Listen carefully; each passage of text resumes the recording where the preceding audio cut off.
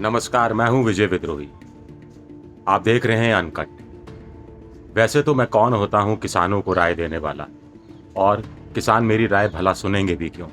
लेकिन फिर भी मैं इतना आग्रह करना चाहता हूं कि मेरी नज़र में किसानों को सुप्रीम कोर्ट की बात मान लेनी चाहिए। सुप्रीम कोर्ट ने जो 4 सदस्यों की कमेटी गठित की है, उसके सामने हाजिर होना चाहिए। अपना पक्ष, अपने तर्क जोरदार ढंग से रखने की कोशिश करनी चाहिए। मैं तो ये भी मानकर चलता हूं कि सुप्रीम कोर्ट ने जिस दिन फैसला सुनाया था, उस दिन किसानों को अपने प्रतिनिधि वकीलों को कोर्ट में भेजना चाहिए था। उस दिन बहस हुई थी, जोरदार बहस हुई थी।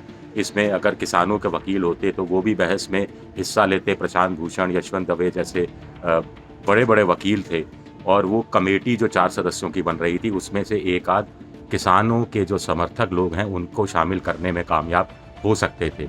आखिर मशहूर पत्रकार, मैग्सेसे अवार्ड विजेता, किसानों के बारे में बहुत कुछ दर्द लिखने वाले पी साईनाथ, हिंदू के पत्रकार, उनका नाम भी पहले सामने आया था। तो अगर किसानों के प्रतिनिधि वकील कोर्ट में मौजूद होते तो हो सकता है पी साईनाथ का नाम भी सामने आता। अब किसान कह रहे हैं कि वो सरकार से बात कर रहे हैं, वो सरकार से ही बात करना चाहते हैं, कोर्ट के माध्यम से, कोर्ट की कमेटी के सामने नहीं हाजिर होना चाहते। लेकिन बड़ा सवाल उठता है कि सरकार के साथ भी 8 दौर 9 दौर की वार्ता हो चुकी है, और इसमें नतीजा ढाक के 3 पात निकला है। ऐसा कौन सी सरकार ने रियायतें दे दी, ऐसा कौन से सरकार ने कंसेशन दे दिए, ऐसी कौन सी बड़ी बातें किसानों की मान ली जो किसानों को सरकार पर भरोसा हो रहा है। सरकार पर अगर इतना ही भरोसा हो रहा है तो 8 दौर की वार्ता करने की ज़रूरत क्या थी। तीसरी, चौथी, पाँचवीं वार्ता में ही फैसला हो जाना चाहिए था। तो इसलिए भी मुझे लगता है। और दूसरी बात है कि सुप्रीम कोर्ट ने कानून के अमल पर, लागू करने पर रोक लगाई है। ऐसा सुप्रीम कोर्ट आमतौर पर करता नहीं है, बहुत ही विरले मामलों में करता है। लोग तो कहते हैं कि शायद पहली या दूसरी बार कोर्ट ने इस तरह की रोक लगाई है। आपको ध्यान होगा कि आधार को लेकर जब सुप्रीम कोर्ट में मामला गया कि आधार का जो बिल है, मनी बिल के माध्यम से पास कराया गया, तो भी कानून पर रोक सरकार ने नहीं लगाई थी। SC/ST संशोधन, इस पर रोक नहीं लगाई थी। CAA का विरोध हुआ तो भी सुप्रीम कोर्ट ने रोक नहीं लगाई थी।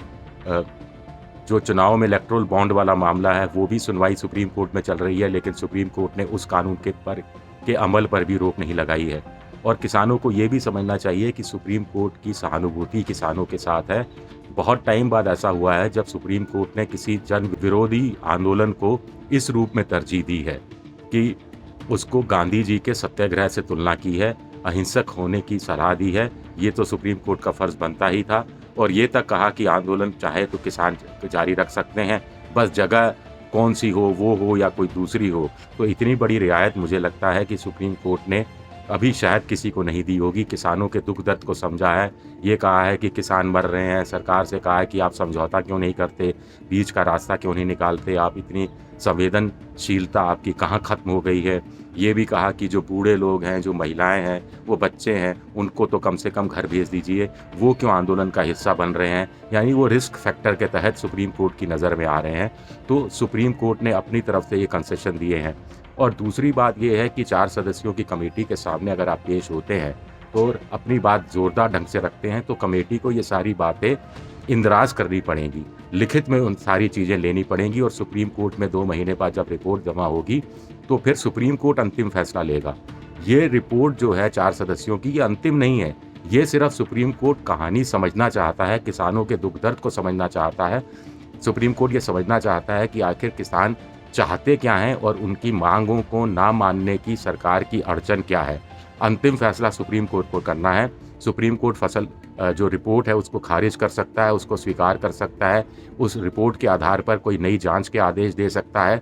यहाँ तक कि कानून की संवैधानिकता की परख की बात भी विकल्प अभी तक खुला है। अभी तक तो सुप्रीम कोर्ट ने कहा है कि वो उस तरफ जा नहीं रहे, उसको बहस का हिस्सा नहीं बना रहे, उसको अपने फैसले का हिस्सा नहीं बना रहे।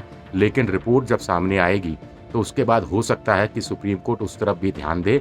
अगर किसान इस रिपोर्ट में, कमेटी में शामिल होते हैं, इस बात को ज़ोरदार ढंग से रखते हैं कि कैसे उनकी नज़र में ये जो तीनों कानून रद्द होने चाहिए, कैसे उनकी नज़र में ये कानून वैध नहीं है, कैसे उनकी नज़र में ये कानून संविधान की जो मर्यादा है, संविधान की जो मूल आत्मा है, उसके खिलाफ बनते हैं, तो मुझे लगता है कहीं ना कहीं किसान बहुत बड़ा मौका चूक रहे हैं। अब भी वक्त है, किसानों को चूकना नहीं चाहिए, अपनी बात रखनी चाहिए। सुप्रीम कोर्ट उनका साथ दे रहा है, इस रूप में समझना चाहिए कि गिलास आधा भरा है या आधा खाली है।